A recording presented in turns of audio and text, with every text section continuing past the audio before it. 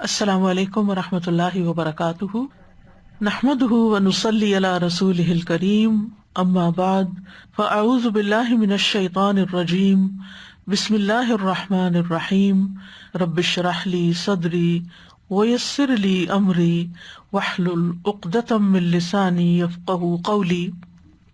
لو أنزلنا هذا القرآن على جبل لرأيته خاشعا متصدعا من خشية الله وتلك الأمثال نضربها للناس لعلهم يتفكرون۔ امثال القرآن پروگرام کے سلسلے میں آج ہم ہدایت کے لیے سینہ کھلنے اور سینہ تنگ پڑنے کی مثال کے بارے میں پڑھیں گے، جو سورۃ الانعام کی آیت نمبر 125 میں بیان ہوئی ہے۔ ارشاد باری تعالیٰ ہے، فمن يرد الله أن يهديه يشرح صدره للإسلام ومن يرد أن يضله يجعل صدره ضيقا حرجا كأنما يصعد في السماء كذلك يجعل الله الرجس على الذين لا يؤمنون۔ پھر جسے اللہ ہدایت دینے کا ارادہ کرتا ہے اس کا سینہ اسلام کے لیے کھول دیتا ہے، اور جسے وہ گمراہ کرنا چاہتا ہے اس کا سینہ بہت تنگ گھٹا ہوا کر دیتا ہے، گویا کہ وہ آسمان میں چڑھ رہا ہو۔ اسی طرح اللہ ان لوگوں پر نجاست ڈال دیتا ہے جو ایمان نہیں لاتے۔ یہ مثال سورۃ الانعام میں آئی ہے۔ اس سے پچھلی آیات میں اللہ تعالیٰ نے ہدایت پانے والوں اور گمراہی میں پڑنے والوں کے لیے روشنی اور اندھیرے کی مثال بیان کی ہے۔ اومن کان میتا فاحییناہ وجعلنا لہ نورا یمشی بہ فی الناس کمن مثلہ فی الظلمات لیس بخارج منہا۔ کیا بھلا وہ جو مردہ تھا پھر ہم نے اسے زندہ کیا اور ہم نے اس کے لیے ایک نور بنا دیا جس کے ساتھ وہ لوگوں کے درمیان چلتا ہے، کیا اس کی طرح ہو سکتا ہے جو اندھیروں میں ہے اور ان سے نکلنے والا نہیں ہے۔ اس کے بعد اللہ سبحانہ وتعالیٰ نے کفار کے ایمان نہ لانے کی ایک وجہ بیان کی کہ وہ کہتے تھے کہ ہم اس وقت تک ایمان نہیں لائیں گے جب تک ہمیں بھی وہ نہ دیا جائے جو اللہ کے رسولوں کو دیا گیا ہے، تب ہم ایمان لائیں گے اگر ہمارے اوپر بھی براہ راست وحی آئے، کتاب آئے۔ تو اس کے رد میں اللہ سبحانہ وتعالیٰ نے فرمایا، اللہ اعلم حیث یجعل رسالتہ، اللہ خوب جانتا ہے کہ وہ اپنی رسالت کہاں رکھے، یعنی یہ اللہ کا فیصلہ ہے کہ کس کو رسول بنائے اور کس کو نہ بنائے۔ اس کے بعد یہ مثال بیان کی گئی جس میں اللہ تعالیٰ فرماتے ہیں کہ اللہ جس کو چاہتا ہے ہدایت دینا اس کا سینہ کھول دیتا ہے، یعنی دوسرے لفظوں میں رسالت کی طرح ہدایت دینے کا اختیار بھی اللہ ہی کے ہاتھ میں ہے۔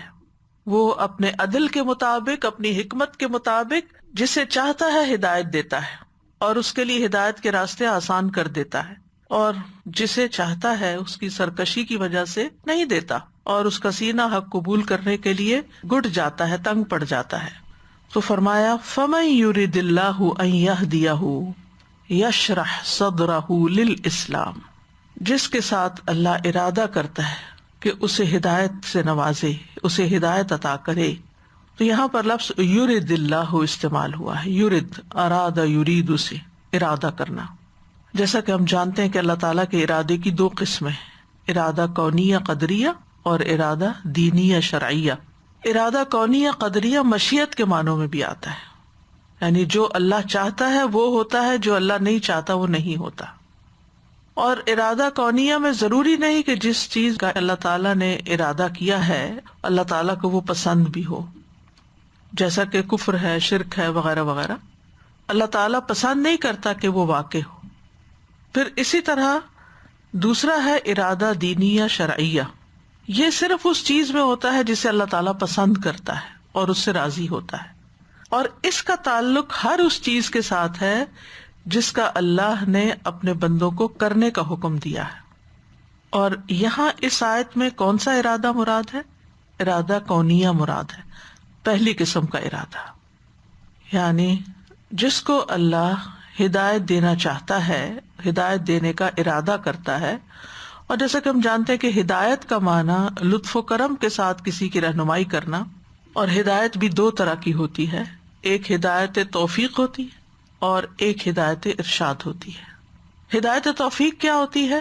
کہ اللہ تعالی کی طرف سے اذن ہو جائے کسی بندے سے کسی نیک کام کے کرنے کا، یعنی اللہ کی توفیق مل جانا کہ کوئی ایمان لے آئے، کوئی عمل صالح کرے، کوئی خیر کے کام کرے، تو یہ ہدایت توفیق ہوتی ہے. تو یہاں مراد ہدایت توفیق ہی ہے، کیونکہ ہدایت ارشاد جو ہوتی ہے وہ اللہ کی طرف سے بھی ہوتی ہے، جیسے وحی کے ذریعے جو احکامات ہمیں بھیجے، اور پھر علماء اور انبیاء اور یہ سب بھی آگے اس کی وضاحت کرتے ہیں، لوگوں کے سامنے بیان کرتے ہیں. یعنی جو تعلیم والی، ارشاد والی ہدایت ہے وہ تو سب کے لیے، اللہ نے قرآن سب کے لیے اتارا ہے، ہدی للناس، سارے انسانوں کے لیے.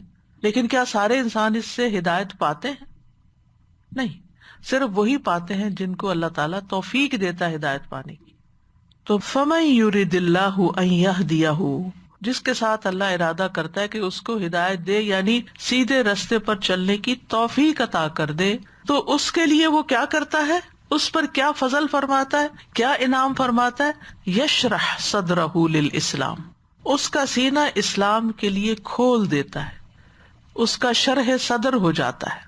شرح کا مطلب ہوتا ہے شرحت اللحم، گوشت کے ٹکڑے لمبے لمبے پتلے پتلے کاٹ کے اس کو پھیلا دینا. یعنی وہ ایک بوٹی کی شکل میں تھا، آپ نے اس کو سلائس کر کے کافی جگہ پر سپریڈ کر دیا، وہ جو اتنی سی جگہ لے رہا تھا اب وہ پھیل گیا.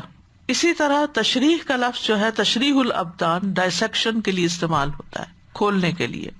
اور شرح صدر سے مراد مانوی طور پر اس کو کھولنا ہے، کھلا کرنا، وسیع کرنا، فزیکلی نہیں. یعنی یہاں ہارٹ سرجری مراد نہیں ہے، بلکہ اس سے مراد اللہ سبحانہ تعالیٰ کا انسان کے سینے میں نور ڈال دینا، سکون اور اطمینان ڈال دینا، جس کی وجہ سے وہ بہت وسیع ہو جاتا ہے، کھلا ہو جاتا ہے، اس کے اندر ایکسیپٹنس بڑھ جاتی ہے. اسی کی دعا حضرت موسیٰ علیہ السلام نے کی تھی، قال رب اشرح لی صدری، اے میرے رب میرا سینہ کھول دے، یعنی وسیع ہو جائے کہ میں تیرے ہر حکم کو قبول کر لوں. نبی صلی اللہ علیہ وسلم کے بارے میں فرمایا الم نشرح لک صدرک، کیا ہم نے آپ کا سینہ آپ کے لیے کھول نہیں دیا؟ پھر اسی طرح سورۃ زمر میں آتا ہے افمن شرح اللہ صدرہ للاسلام، کیا بھلا وہ جس کا سینہ اللہ نے اسلام کے لیے کھول دیا، یعنی اس کے اندر ایکسیپٹنس کا لیول بڑھ گیا، اس کے لیے حق کو قبول کرنا بہت آسان ہو گیا، اس نے حق کو ویلکم کیا، کسی بھی چیز کو حق کی قبولیت کے راستے میں رکاوٹ نہیں بننے دیا، کوئی چیز آڑے نہیں آئی، جو حق آیا اندر آتا چلا گیا، اور اتنی جگہ تھی کہ اس نے اس کو قبول کر لیا اور مزید اس کے اندر وسعت پیدا ہو گئی. اور یہ اللہ تعالیٰ کا بہت بڑا انعام ہوتا ہے کسی کے لیے. ورنہ ہم دیکھتے ہیں کہ بہت سے لوگ ایسے تھے جو نبی صلی اللہ علیہ وسلم کی بات کو سن نہیں پاتے تھے، وہ کہتے تھے لا تسمعوا لهذا القرآن، وہ سننا بھی نہیں چاہتے تھے، والغوا فیہ، شور مچاؤ اس میں، کوئی سننے نہ پائے، کسی کے کان تک نہ پہنچے، یعنی اتنی ریزسٹنس تھی. لیکن جن لوگوں کے سینے کھل گئے، ان کو ہدایت مل گئی، ان کی اللہ کی کتاب سے وحی سے محبت بڑھ گئی. خود نبی صلی اللہ علیہ وسلم کیا چاہتے تھے کہ جبریل علیہ السلام جلد سے جلد آیا کریں، ان سے ملاقات زیادہ ہو، زیادہ سے زیادہ کچھ سیکھ سکیں. اور صدر سینے کے لیے استعمال ہوتا ہے جس میں دل ہوتا ہے، اس کی جمع صدور ہوتی ہے، وحصل ما فی الصدور. تو شرح صدر سے مراد پھر کیا ہوا؟ سینے کا وسیع ہو جانا، ہدایت کے لیے کھل جانا. اور للاسلام، اسلام کا مطلب ہوتا ہے اپنے آپ کو اللہ کے حکم کے تابع کر دینا، اپنے آپ کو اللہ کے سپرد کر دینا. اور یہاں اسلام سے مراد توحید اور ایمان ہے. ابن جریج کہتے ہیں کہ جب وہ یہ آیت پڑھتے تھے فَمَن يُرِدِ اللَّهُ أَن يَهْدِيَهُ يَشْرَحْ صَدْرَهُ لِلْإِسْلَامِ، تو کہتے کہ اس سے مراد ہے لا الہ الا اللہ، یعنی لا الہ الا اللہ کے کلمے کے لیے انسان کے سینے میں بہت وسعت پیدا ہو جاتی ہے. یعنی وہ لا الہ الا اللہ کو بہت خوشی کے ساتھ قبول کر لیتا ہے. انسان کے لیے اسلام کو قبول کرنا آسان ہو جاتا ہے. اور اسی طرح توحید کی بات اس کے دل کو خوش کر دیتی ہے. ابن عباس اس آیت کے بارے میں کہتے ہیں کہ اللہ اس کے دل کو توحید اور ایمان کے لیے کشادہ کر دیتا ہے، یعنی اٹ میکس سینس ٹو ہم، اور وہ اس کی تلاش میں ہوتا ہے، اور جب وہ چیز مل جاتی ہے تو اس کو خوشی سے قبول کر لیتا ہے. اسلام پر عمل کرنا اس کے لیے آسان ہو جاتا ہے. اسلام کے ہر حکم کو دل کی خوشی کے ساتھ قبول کرتا ہے. وہ قرآن پڑھتا جاتا ہے اور اس کا دل کھلتا چلا جاتا ہے، اس کا اطمینان قلب بڑھتا چلا جاتا ہے، اس کے سینے میں وسعت پیدا ہوتی چلی جاتی ہے.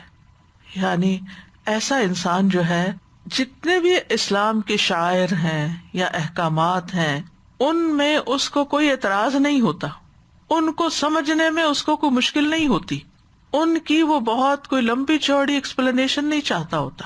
وہ کہتا ہے میرے رب کا حکم ہے، میرے لیے یہی کافی ہے کہ میرے رب نے حکم دیا ہے. آپ دیکھیں بندوں میں سے بھی جس سے آپ کو محبت ہوتی ہے، جس پر آپ کا اعتماد ہوتا ہے، اس کی چھوٹی سی بات بھی آپ کے لیے بڑی امپورٹنٹ ہوتی ہے. وہ بڑے سے بڑا مشکل کام بھی آپ کو کہہ دے تو آپ کے لیے بوجھ نہیں ہوتا، آپ اس کو خوشی کے ساتھ کرتے ہیں، دل کی وسعت کے ساتھ کرتے ہیں، محبت کے ساتھ کرتے ہیں. تو یہی حال ہوتا ہے اس شخص کا جس کا سینہ کھول دے اللہ، کہ پھر وہ خوشی کے ساتھ اللہ تعالیٰ کے ہر حکم کو قبول کرتا ہے. لا الہ الا اللہ اس کے لیے ایک بڑا خوشگوار ایکسپیرئنس ہوتا ہے. اس کے بعد اس کے لیے نماز کا وقت آتا ہے. وضو کرنا اس کو مشکل نہیں لگتا، خوشی سے وضو کرتا ہے، کیونکہ اس کو معلوم ہے کہ اللہ تعالیٰ پاک صاف رہنے والوں سے محبت کرتا ہے. تو وہ اللہ کی محبت حاصل کرنے کے لیے خوشی کے ساتھ آگے بڑھتا ہے. وہ پاک صاف رہنے کو پسند کرتا ہے. ہر طرح کی گندگی اور نجاست سے اس کو نفرت ہوتی ہے، چاہے وہ شرک کی ہو، چاہے وہ فزیکل کوئی نجاست ہو. نماز اس کو بوجھ نہیں لگتی. اس کے برعکس منافق کا حال آپ دیکھیں، وَإِذَا قَامُوا إِلَى الصَّلَاةِ قَامُوا كُسَالَىٰ، حتیٰ کہ اس کو تہجد پڑھنا بھی خوشگوار ایکسپیرینس لگتا ہے. جب سارے لوگ سو رہے ہوتے ہیں تو اس کو اٹھنے میں لذت آتی ہے. وہ رمضان کی آمد کا سنتا ہے تو اس کا دل خوشی سے کھل اٹھتا ہے. وہ اس خوف میں نہیں ہوتا کہ ہائے بڑے مشکل ہوں گے اس سال روزے کیونکہ بہت لمبے ہیں. نہیں، وہ اس بھوک کو بھی انجوائے کرتا ہے جو وہ اللہ کی خاطر برداشت کرتا ہے. وہ ضبط نفس، اپنے نفس کی خواہشات پہ کنٹرول کرتا ہے کیونکہ اس کے سینے میں ایک وسعت ہوتی. وہ حج کے سفر کو مشقتوں بھرا ہونے کے باوجود بھی انجوائے کرتا ہے. وہ اللہ کے راستے میں زکوٰۃ دیتا ہے یا صدقات دیتا ہے تو دے کر خوش ہوتا ہے. دینے سے اس کے دل میں اور وسعت آتی ہے کیونکہ اللہ تعالیٰ اس کے لیے یہ عمل آسان کر دیتا ہے. فَأَمَّا مَنْ أَعْطَى وَاتَّقَى وَصَدَّقَ بِالْحُسْنَى فَسَنُيَسِّرُهُ لِلْيُسْرَى، یعنی اللہ تعالیٰ اس کے لیے یہ سارے کام آسان کر دیتے ہیں. یہی چیزیں جو دوسروں کو بڑی مشکل لگتی ہیں، کسی کو کچھ دینا، آتا، ہر طرح کی خیر بانٹنا، وَاتَّقَى اللہ کا خوف، اللہ کا تقوی اختیار کرنا، اور بھلائی کی بات، سچی بات کی فوراً تصدیق کرنا. اللہ کا حکم بالکل ٹھیک ہوگا، نو پرابلم، کیونکہ دل کھلا ہے نا، ہر چیز کو وہ ویلکم کر رہا ہے. اور اللہ تعالیٰ بھی اس کے لیے رستے آسان کرتے ہیں، حتیٰ کہ جنت کا رستہ بھی اس کے لیے آسان کر دیتے ہیں. اس کے برعکس وَأَمَّا مَن بَخِلَ وَاسْتَغْنَىٰ وَكَذَّبَ بِالْحُسْنَىٰ فَسَنُيَسِّرُهُ لِلْعُسْرَىٰ، اس دوسرے شخص کے لیے تنگیاں ہو جاتی ہیں، دل بھی گھٹا بخل کی وجہ سے، اور باقی کام بھی اس کو بڑے مشکل لگتے ہیں. تو کوئی بھی حکم ہو، حجاب کا حکم ہو، سود سے بچنے کا ہو، کچھ بھی، کوئی قضاء و قدر کا معاملہ ہو، اس کی زندگی میں کوئی مشکل وقت ہو، وہ اللہ کے ہر فیصلے پہ راضی ہوتا چلا جاتا ہے، اس کا شرح صدر ہوتا چلا جاتا ہے. وہ ان تمام اعمال پر خوشی اور مسرت اور خندہ پیشانی سے عمل کرتا ہے جو اللہ اور اس کے رسول صلی اللہ علیہ وسلم کی طرف سے اس کو پہنچتے ہیں. نبی صلی اللہ علیہ وسلم کیوں فرماتے تھے کہ وَجُعِلَتْ قُرَّةُ عَيْنِي فِي الصَّلَاةِ، میری آنکھوں کی ٹھنڈک نماز میں، کیونکہ شرح صدر ہے کہ میرے رب کے ہر حکم، ہر فیصلے کے اندر خیر ہی خیر ہے، بھلائی بھلائی، اسی میں میرا فائدہ ہے. چاہے مجھے یہ کام مشکل لگتا ہے لیکن میرا فائدہ اس میں ہے. تو وہ شخص حق کا اعتراف کرتا ہے، نیکی کر کے خوش ہوتا ہے. وہ جنت کے حصول کے لیے اپنی انا قربان کر دیتا ہے. وہ ہر طرح کی مشکلوں کو پار کرتا چلا جاتا ہے، ہر طرح کے امتحان سے خوشی کے ساتھ گزرتا چلا جاتا ہے. وہ اللہ تعالیٰ کے احکامات کے آگے جھکتا چلا جاتا ہے. وہ یہ نہیں دیکھتا کہ میں کسی انسان کے آگے جھک رہا ہوں کہ فلاں حق بیان کرے گا تو قبول کروں گا اور فلاں کرے گا تو نہیں کروں گا. وہ دیکھتا ہے کہ میں حق بات کو قبول کر رہا ہوں. وہ جو کچھ کرتا ہے اللہ کے لیے کرتا ہے. اور اصل میں تو اللہ سبحانہ وتعالیٰ نے ہر نفس کے اندر فجور اور تقویٰ تو رکھ ہی دیا ہے، اور جو اپنا تزکیہ کرتا رہتا ہے وہی فلاح پاتا ہے، اور جو اس کو آلودہ کر لیتا ہے وہ نامراد ہو جاتا ہے.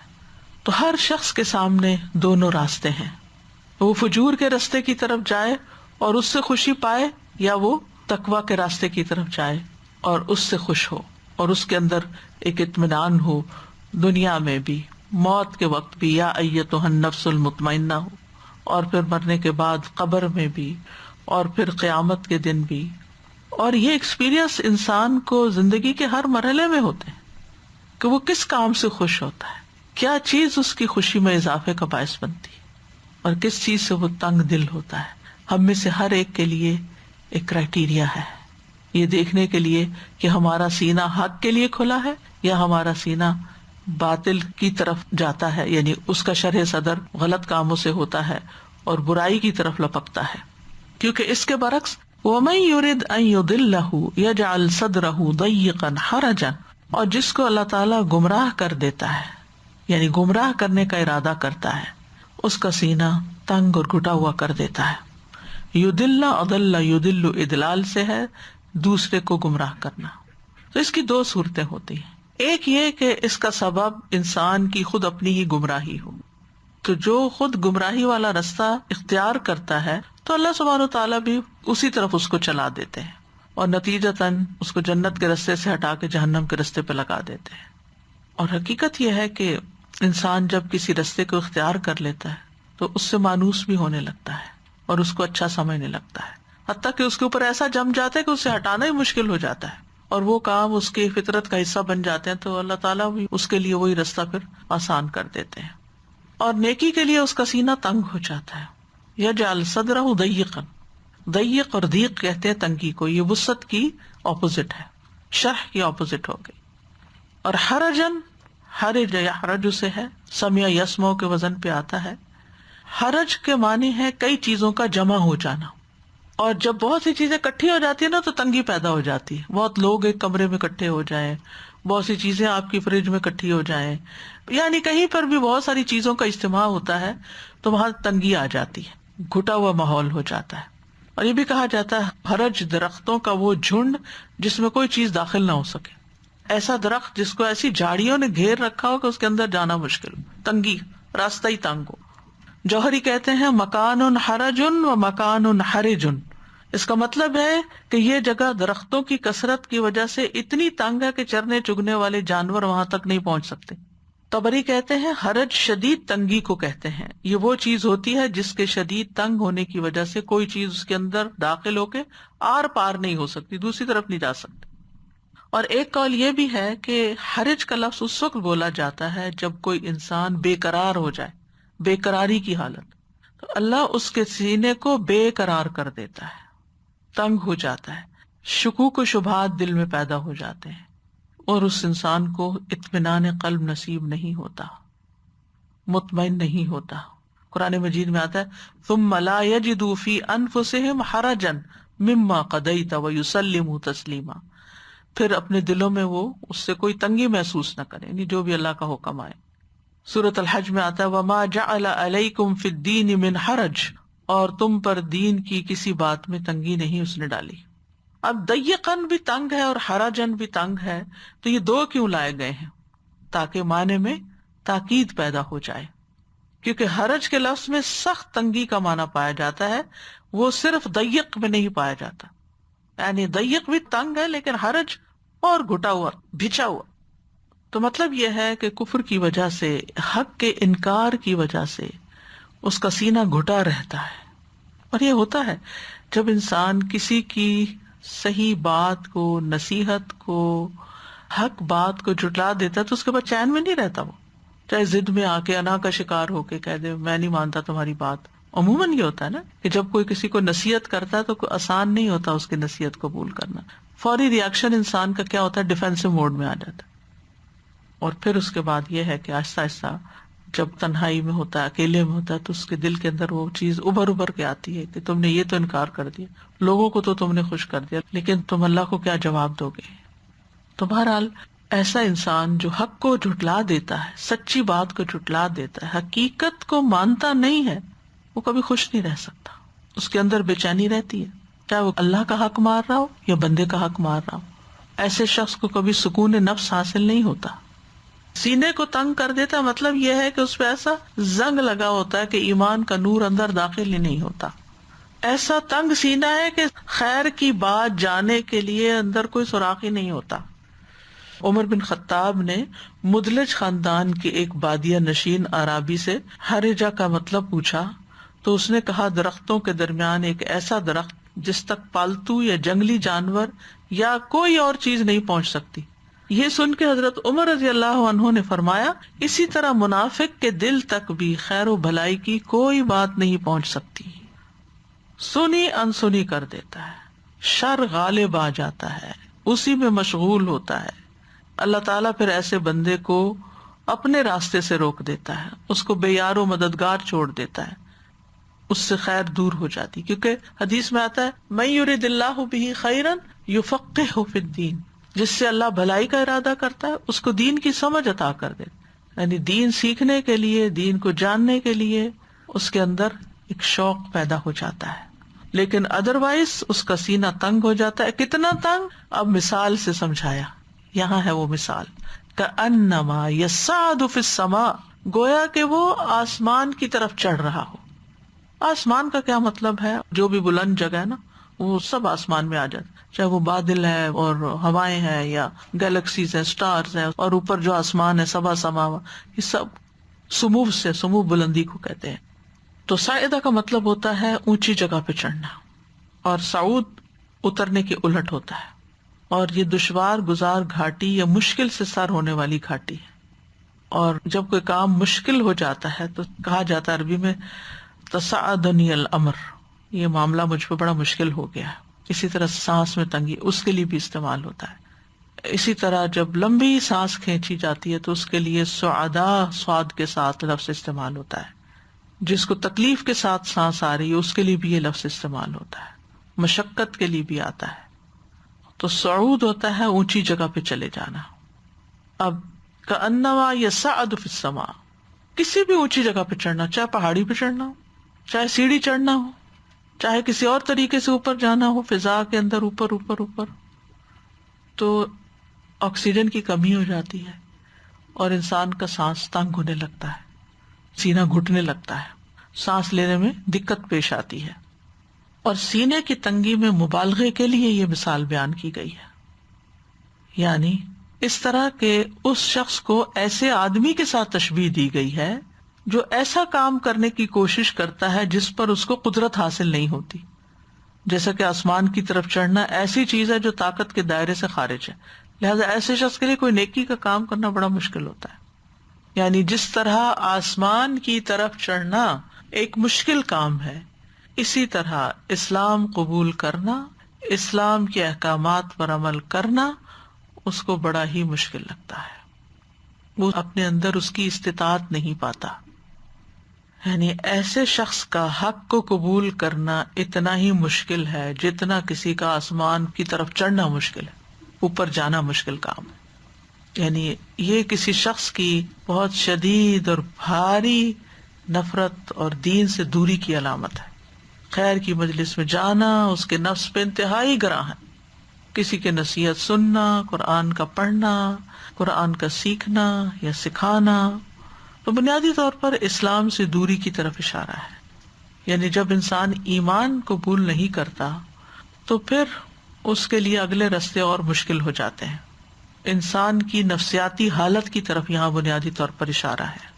یعنی ویسے اس کا سانس ٹھیک آتا ہے، فزیکلی وہ بڑا فٹ انسان ہے، اس کو کوئی پرابلم نہیں ہے سانس کی، لیکن خیر کی بات کے لیے اسے بڑی مشکل ہے. قرطبی کہتے ہیں اللہ نے کافر کے ایمان سے نفرت کرنے اور ایمان کے اس پر بھاری ہونے کو تشبیہ دی ہے کہ جس پر کوئی ذمہ داری ڈال دی جاتی ہے تو اس کو کرنے کی طاقت نہیں رکھتا، جیسے کہ آسمان پر چڑھنا انسان کے بس میں نہیں. اور عمومی طور پر خیر کی بات سننا یا خیر کے کام کرنا جس شخص کے لیے مشکل ہو، اس کا دل نہ چاہتا، اس کا دل نہ لگتا، اس کا دل خوش نہ ہوتا اس کے لیے، اس کا دل راضی نہ ہوتا ہو. جیسے کچھ لوگ نماز نہیں پڑھتے، جب انہیں نماز کی طرف بلایا جاتا تو گویا ان کے اوپر پہاڑ گر پڑا ہو، حالانکہ گھنٹہ گھنٹہ جم میں ایکسرسائز کریں گے، نماز میں تو کوئی جسمانی مشقت بھی نہیں. پھر فرمائے کذالک، اسی طرح یجعل اللہ الرجس علی الذین لا یؤمنون، اللہ ان لوگوں پر جو ایمان نہیں لاتے گندگی انڈیل دیتا ہے. رجس کا لفظی معنی ہوتا ہے گندگی کا. ابن زید کہتے ہیں اس سے مراد ہے عذاب. ابن عباس کہتے ہیں اس سے مراد شیطان ہے، یعنی اللہ تعالیٰ اس پر شیطان کو مسلط کر دیتا ہے، شیطان اس پہ قابو پا لیتا ہے، جو اس کو ایمان کے قریب نہیں پٹکنے دیتا یا دین کے قریب نہیں آنے دیتا. جیسا کہ سورۃ زخرف میں بھی آتا ہے وَمَن يَعْشُ عَن ذِكْرِ الرَّحْمَنِ نُقَيِّضْ لَهُ شَيْطَانًا فَهُوَ لَهُ قَرِينٌ، جو رحمان کے ذکر سے آنکھیں بند کر لیتا ہے ہم اس پر ایک شیطان مسلط کر دیتے ہیں جو اس کا ساتھی بن جاتا ہے.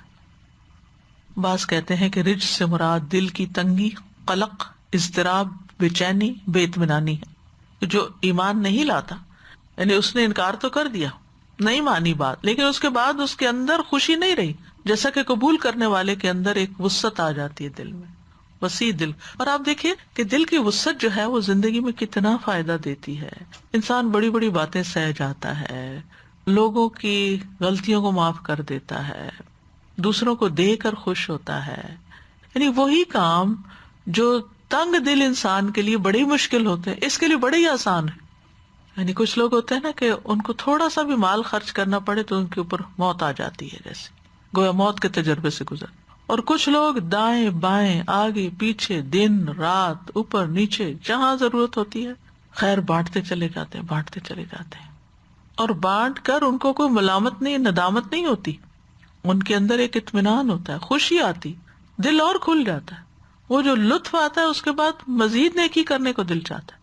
اسی لیے آپ دیکھیں کہ جو لوگ رمضان کے روزے انجوائے کرتے ہیں نا، ان کے لیے شوال کے روزے بائیں ہاتھ کا کھیل ہوتا ہے. ان کو ایک لطف حاصل ہوتا ہے، ایک لذت حاصل ہوتی ہے. جو رمضان میں تراویح پڑھ لیتے ہیں نا، ان کے لیے بعد میں قیام اللیل بڑا آسان ہو جاتا ہے، کیونکہ وہ اس تجربے سے گزر چکے ہوتے ہیں اور وہ اس کو سمیٹ لیتے ہیں، ان کے لیے آسانی ہو جاتی ہے.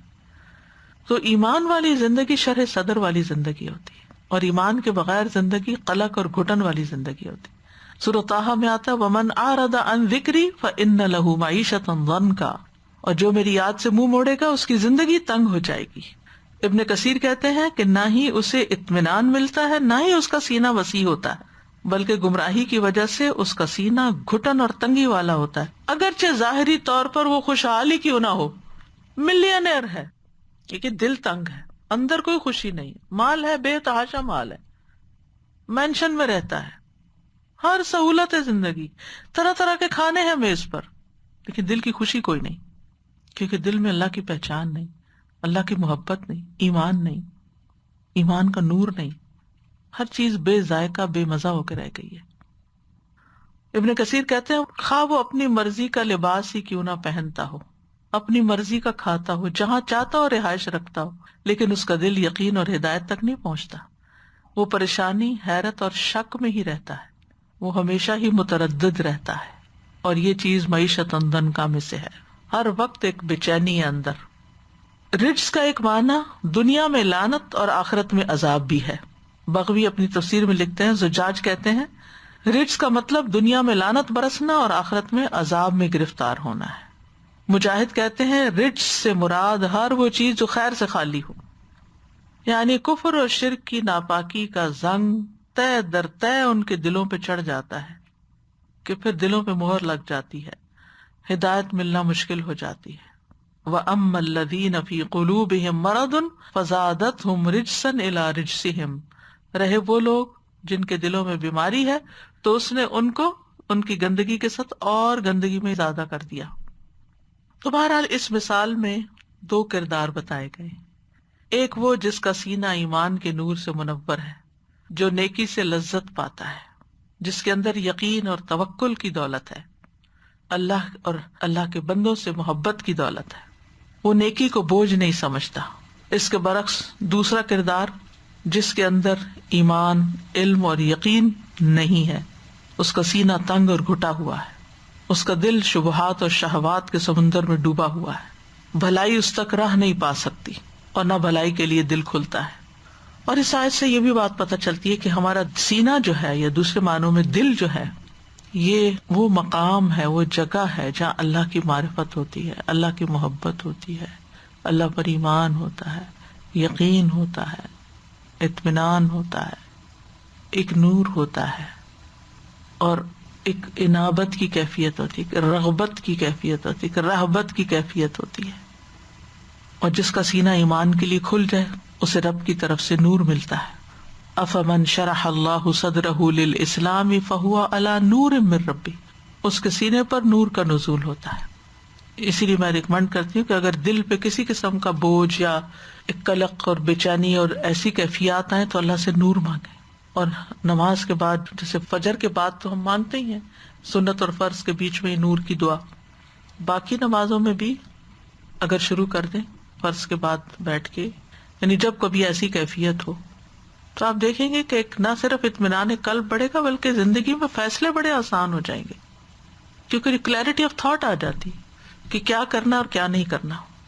تو جو ایمان والا ہوتا ہے اس کا قلب مطمئن بالایمان ہوتا ہے، اور جس کا سینہ کفر کے لیے کھل جاتا ہے اس پر اللہ کا غضب ہوتا ہے.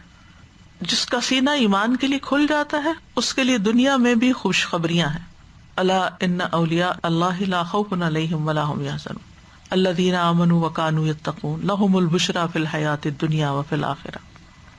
دنیا اور آخرت میں امن ہوتا ہے، اس کی قبر بھی کشادہ ہوتی ہے. رسول اللہ صلی اللہ علیہ وسلم نے فرمایا مومن شخص اپنی قبر میں سبز باغیچے میں ہوتا ہے، جیسے آپ ایک کسی پارک میں بیٹھے ہوئے ہیں. آج کل کتنے لش گرین پارکس ہو رہے ہیں. ایسے ہی مرنے کے بعد ہوتا وہ اندھیرے میں قبر میں، لیکن اس کو کیا فیلنگ ہوتی ہے؟ جیسے وہ کسی پارک میں بیٹھا ہوا ہے، سبز باغیچہ.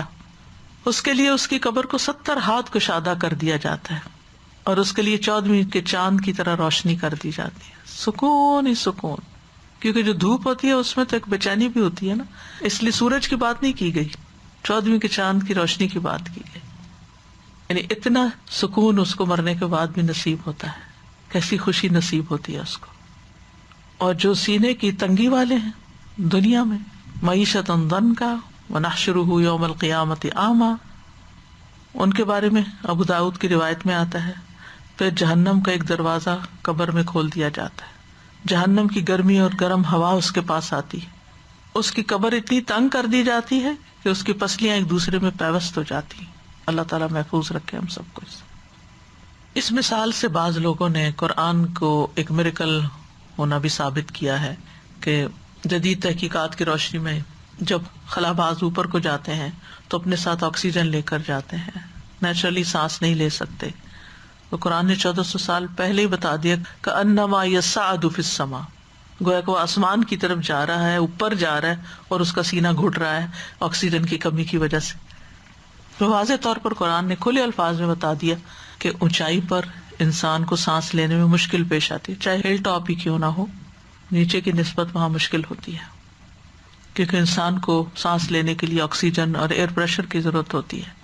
تو جو انسان اوپر جاتا ہے تو دباؤ کم ہوتا چلا جاتا ہے، اور پھر فضا میں آکسیجن کی مقدار بھی کم ہو جاتی ہے، اس کی وجہ سے خون میں آکسیجن کی مقدار کم ہو جاتی ہے، اور نتیجتاً سانس لینا مشکل ہو جاتا ہے.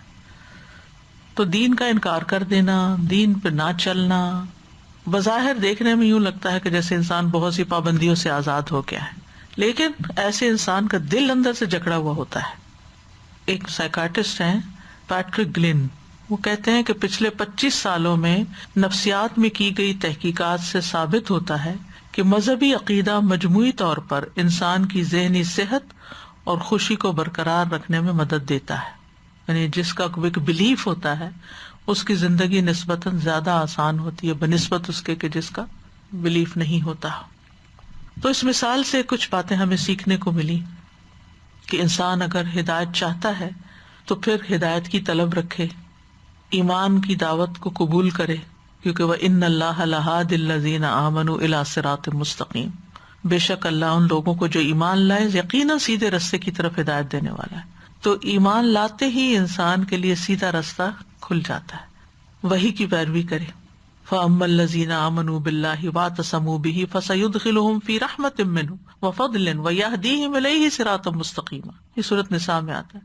تو جو لوگ ایمان لائے اور اسے مضبوطی سے تھام لیا تو عنقریب اللہ انہیں اپنی خاص رحمت اور فضل میں داخل کرے گا اور انہیں اپنی طرف سیدھے راستے کی ہدایت دے گا۔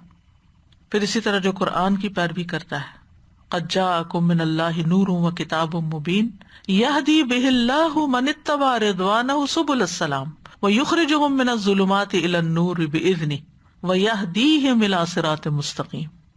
تو قرآن کو تھامنا، اس نور اور روشنی اور اس واضح کتاب کو پکڑ کے رکھنا انسان کے لیے سلامتی کے راستے کھول دیتا ہے، انسان کو اللہ تعالیٰ اندھیروں سے نکال کے روشنی کی طرف لے جاتا ہے، سیدھے راستے کی طرف انسان کی رہنمائی کرتا ہے۔ پھر اللہ سبحانہ وتعالیٰ کے ساتھ مضبوط تعلق، یہ ہدایت کا ذریعہ بنتا ہے۔ وَمَن يَعْتَصِم بِاللَّهِ فَقَدْ هُدِيَ إِلَىٰ صِرَاطٍ مُسْتَقِيمٍ، سورۃ آل عمران میں آتا ہے۔ جو شخص اللہ کو مضبوطی سے پکڑ لے گا، یعنی اللہ پہ بھروسہ کرے گا، اللہ سے تعلق رکھے گا، تو یقیناً اسے سیدھے راستے کی طرف ہدایت دی گئی۔ پھر نبی صلی اللہ علیہ وسلم پر ایمان اور آپ کی پیروی، کیونکہ وَإِنَّكَ لَتَهْدِي إِلَىٰ صِرَاطٍ مُسْتَقِيمٍ وَإِنَّكَ لَتَدْعُوهُمْ إِلَىٰ صِرَاطٍ مُسْتَقِيمٍ یاسین والقرآن الحکیم انک لمن المرسلین علی صراط مستقیم۔ تو نبی صلی اللہ علیہ وسلم کی پیروی کرنا، ان کے پیچھے چلنا صراط مستقیم کے راستے کھول دیتا ہے، اس کی ہدایت مل جاتی ہے انسان کو۔ پھر قرآن و سنت میں جو نصیحتیں ہیں، ہمیں احکام دیے گئے ہیں، ان پہ عمل کرنا۔ وَلَوْ أَنَّهُمْ فَعَلُوا مَا يُوعَظُونَ بِهِ لَكَانَ خَيْرًا لَهُمْ وَأَشَدَّ تَثْبِيتًا وَإِذًا لَآتَيْنَاهُمْ مِن لَّدُنَّا أَجْرًا عَظِيمًا وَلَهَدَيْنَاهُمْ صِرَاطًا مُسْتَقِيمًا۔ اگر واقعی وہ اس پہ عمل کرتے جو انہیں نصیحت کی جاتی ہے تو یہ ان کے لیے بہتر اور زیادہ ثابت قدم رکھنے والا ہوتا، اور اس وقت ہم یقیناً انہیں اپنے پاس سے بہت بڑا اجر دیتے، اور یقیناً ہم انہیں سیدھے راستے پر چلاتے۔ اسی طرح زید بن ارقم کی روایت میں آتا ہے کہ نبی صلی اللہ علیہ وسلم نے فرمایا، اللہ عز و جل کی کتاب ہی اللہ کی رسی ہے، جو اس کی پیروی کرے گا وہ ہدایت پہ رہے گا، جو چھوڑ دے گا گمراہی پر رہے گا۔ پھر اللہ کی طرف بڑھنا، اللہ سے ہدایت مانگنا، ہدایت کا شوق رکھنا۔ تو اللہ تعالیٰ ہدایت میں والذین اہتدوا زادہم ہدی انہم فتیۃ آمنوا بربہم وزدناہم ہدی۔ اللہ تعالیٰ فرماتے ہیں، حدیث قدسی ہے، اے ابن آدم تو میری طرف کھڑا ہو، میں تیری طرف چل کے آؤں گا، تو میری طرف چل کے آ، میں تیری طرف دوڑ کے آؤں گا۔ تو ایسا نہیں کہ اللہ تعالیٰ ظلم کے ساتھ کسی کو ہدایت نہیں دیتا، لیکن انیشیٹو بندے کی طرف سے ہونا چاہیے، اور پھر رجوع کرے اللہ کی طرف۔ وَيَهْدِي إِلَيْهِ مَنْ أَنَابَ، کسی بھی معاملے میں جہاں پر بھی انسان سمجھے کہ میں پتہ نہیں ٹھیک کر رہا ہوں یا غلط کر رہا ہوں، تو اللہ تعالیٰ کی طرف رجوع کرے اور اللہ سے ہدایت مانگے۔ اور پھر شرح صدر کی کچھ علامات ہوتی ہیں کہ شرح صدر ہے یا نہیں۔ اس میں سب سے بڑی بات یہ ہے کہ انسان دین اسلام پر خوشی سے راضی ہوتا ہے، وہ شرماتا نہیں کہ میں مسلمان ہوں، اس پر عمل کرنے سے گھبراتا نہیں۔ اللہ کا حکم سن کے بندہ خوش ہو جاتا ہے، اللہ کے احکامات کو خوشی سے قبول کرتا ہے، اللہ کی نازل کردہ شریعت پہ راضی ہو جاتا ہے، عبادات پہ دل لگتا ہے۔ عبداللہ بن محمد کہتے ہیں، میں اور میرے والد انصاریوں میں ہمارے سسرالیوں کے ہاں کسی کی عادت کے لیے گئے تو نماز کا وقت ہو گیا، تو اس نے بیمار نے اپنے گھر والوں میں سے کسی کو کہا، لڑکی میرے لیے وضو کا پانی لاؤ کہ شاید میں نماز پڑھ لوں تو راحت پاؤں۔ ہم کہتے بیمار ہو تم آرام کرو، نماز کیا پڑھنی۔ کہتے ہیں ہم نے ان کا یہ جملہ پسند نہ کیا، تو انہوں نے کہا، میں نے رسول اللہ صلی اللہ علیہ وسلم کو سنا، آپ فرماتے تھے، اے بلال اٹھو، ہمیں نماز کے ساتھ راحت پہنچاؤ۔ تو شرح صدر کی علامت یہ ہوتی ہے کہ نیکی اور اطاعت کے کاموں میں سکون ملتا ہے، راحت نصیب ہوتی ہے، انسان خوشی سے اللہ کے حکم پر، رسول صلی اللہ علیہ وسلم کے حکم پر سمعنا و اطعنا کہتا ہے۔ عبداللہ بن مسعود کہتے ہیں، ہم رسول اللہ صلی اللہ علیہ وسلم کے ساتھ ہوتے تھے تو آپ کو کسی بھی معاملے میں صرف ایک بار کہنے کی ضرورت پیش آتی تھی، ہم فوراً اس کو کر لیتے تھے۔ ہمارا حال کیا ہے، پہلے ہم پوچھیں گے یہ حدیث صحیح ہے، پھر کہتے حدیث ہی تو ہے، کون سی قرآن کی آیت ہے۔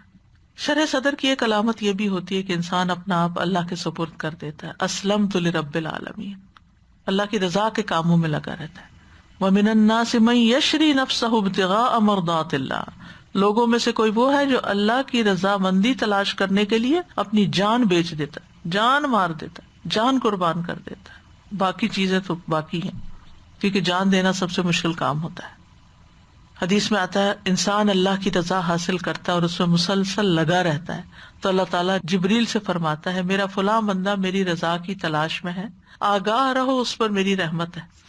پھر وہ آسمانوں میں اعلان کر دیتے ہیں اور آس پاس کے سارے فرشتے یہی کہنے لگتے ہیں، پھر یہی بات زمین پر آ جاتی ہے کہ فلاں پہ اللہ کی بڑی نعمتیں۔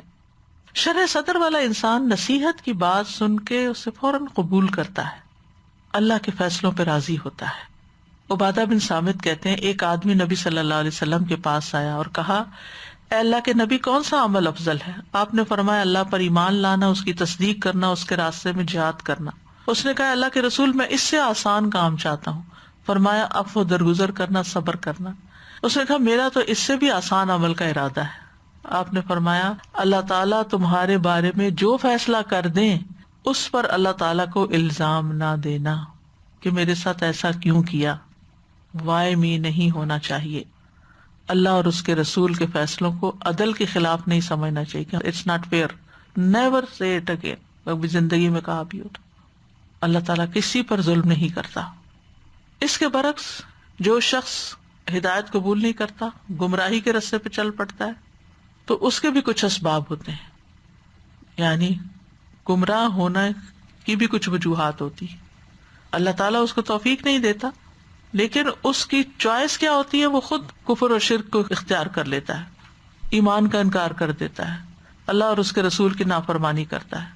وَمَن يَعْصِ اللَّهَ وَرَسُولَهُ فَقَدْ ضَلَّ ضَلَالًا مُبِينًا، اللہ کے راستے سے روکتا ہے۔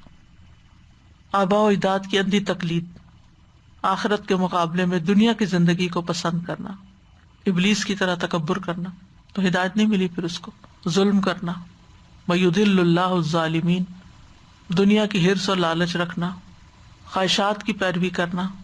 سورۃ صاد میں آتا ہے نا، اللہ تعالیٰ نے داؤد علیہ السلام کو فرمایا تھا وَلَا تَتَّبِعِ الْهَوَىٰ فَيُضِلَّكَ عَن سَبِيلِ اللَّهِ، خواہش کی پیروی نہ کرنا ورنہ تجھے اللہ کے راستے سے بھٹکا دے گی۔ سورۃ جاسیہ میں آتا ہے أَفَرَأَيْتَ مَنِ اتَّخَذَ إِلَٰهَهُ هَوَاهُ وَأَضَلَّهُ اللَّهُ عَلَىٰ عِلْمٍ وَخَتَمَ عَلَىٰ سَمْعِهِ وَقَلْبِهِ وَجَعَلَ عَلَىٰ بَصَرِهِ غِشَاوَةً فَمَن يَهْدِيهِ مِن بَعْدِ اللَّهِ أَفَلَا تَذَكَّرُونَ۔ بھلا آپ نے اس شخص کے حال پہ غور کیا جس نے اپنی خواہش نفس کو الہ بنا رکھا ہے اور اللہ نے علم کے باوجود اسے گمراہ کر دیا ہے۔ یعنی جب انسان خواہشات کے پیچھے چلتا ہے تو بھلے علم ہو پھر بھی بھٹک جاتا ہے، کیونکہ وہ ہدایت نہیں چاہتا، وہ دل کی پیروی کرنا چاہتا ہے، مرضی چاہتا ہے۔ پھر برے اعمال کو اچھا سمجھنا، یہ بھی بھٹکنے کی ایک علامت ہے، یعنی اپنی غلطیوں کو جسٹیفائی کرتے رہنا۔ پھر حد سے بڑھ جانا، شک کرنا، کذالک یضل اللہ من هو مسرف مرتاب۔ تو سینے کی تنگی کی پھر علامتیں کیا ہوتی ہیں؟ توحید کی بات، ایمان کی بات، عمل صالح کی بات انسان پہ بڑی بھاری ہوتی ہے، قرآن کانوں پر بوجھ ہوتا ہے، جیسے کہ سورۃ فصلت میں آتا ہے قل هو للذین آمنوا ھدی وشفاء والذین لا یؤمنون فی آذانہم وقر وہو علیہم عمی۔ ایمان والوں کے لیے قرآن ہدایت اور شفا ہے، اور جو مانتے نہیں ان کے کانوں میں بوجھ ہے اور ان کے حق میں اندھا ہونے کا باعث ہے۔ ہدایت کی بات سمجھ ہی نہیں آتی۔ ہدایت کے لیے انسان اللہ اور اس کے رسول کی تعلیمات کی طرف رجوع نہیں کرتا، اگر کوئی نصیحت کر دے تو وہ قبول نہیں کرتا۔ حل کیا ہے؟ سینے کی تنگی کا علاج کیا ہے؟ قرآن مجید میں بتایا گیا ہے وَلَقَدْ نَعْلَمُ أَنَّكَ يَضِيقُ صَدْرُكَ بِمَا يَقُولُونَ فَسَبِّحْ بِحَمْدِ رَبِّكَ وَكُن مِّنَ السَّاجِدِينَ وَاعْبُدْ رَبَّكَ حَتَّى يَأْتِيَكَ الْيَقِينُ۔ یہ نہیں کہ انسان کے اب حج کر لیا، دل اطمینان میں آ گیا، اب چھوڑ دو باقی، نہیں، مرتے دم تک۔ یعنی پہلی چیز رب کی حمد کے ساتھ تسبیح کی کثرت، دوسرا سجدہ کرنے والوں میں سے ہونا، نوافل کی کثرت، اور تیسرا اپنے رب کی عبادت ہر قسم کی، چاہے خدمت خلق ہو یا نماز روزہ ہو، یہاں تک کہ موت آ جائے۔ تو بہرحال ہمارے کرنے کے کام یہ ہے کہ ہم اس نصیحت پر عمل کریں، اللہ اور اس کے رسول کے احکامات کو خوشی سے قبول کریں، صرف قبول نہ کریں بلکہ ان کو بجا لائیں۔ اللہ اور اس کے رسول جو بھی فیصلہ کریں اس کو مانیں اور کوئی تنگی نہ پائیں اپنے اندر، اپنا دل صاف رکھے، دل کو چمکانے کے لیے کثرت سے استغفار کرے اور شرح صدر کی دعائیں مانگتے رہیں۔ رب اشرح لی صدری ویسر لی امری واحلل عقدۃ من لسانی یفقہوا قولی ربنا لا تزغ قلوبنا بعد اذ ہدیتنا وہب لنا من لدنک رحمہ انک انت الوہاب اللہم اہد قلبی وسدد لسانی واسلل سخیمۃ قلبی۔ اللہ میرے دل کے کینے کو دور فرما دے۔ اللہم اہدنی فیمن ہدیت اللہ جن لوگوں کو تو نے ہدایت دی ہے مجھے بھی ان کے ساتھ ہدایت دے. اللہم زیننا بزینت الایمان وجعلنا ہداۃ مہتدین. اللہم لک اسلمت وبک آمنت وعلیک توکلت والیک انبت وبک خاصمت. اللہم انی اعوذ بعزتک لا الہ الا انت ان تضلنی انت الحی الذی لا یموت والجن والانس یموتون. اللہم انی عبدک ابن عبدک ابن امتک ناصیتی بیدک ماض فی حکمک عدل فی قضاؤک اسألک بکل اسم هو لک سمیت به نفسک او علمتہ احدا من خلقک او انزلتہ فی کتابک او استأثرت به فی علم الغیب عندک ان تجعل القرآن ربیع قلبی ونور صدری وجلاء حزنی وذہاب ہمی وغمی. ربنا تقبل منا انک انت السمیع العلیم وتب علینا انک انت التواب الرحیم. وصلی اللہ تعالی علی خیر خلقہ محمد وعلی آلہ واصحابہ واہل بیتہ اجمعین برحمتک یا ارحم الراحمین. لو أنزلنا هذا القرآن على جبل لرأيته خاشعا متصدعا من خشية الله وتلك الأمثال نضربها للناس لعلهم يتفكرون.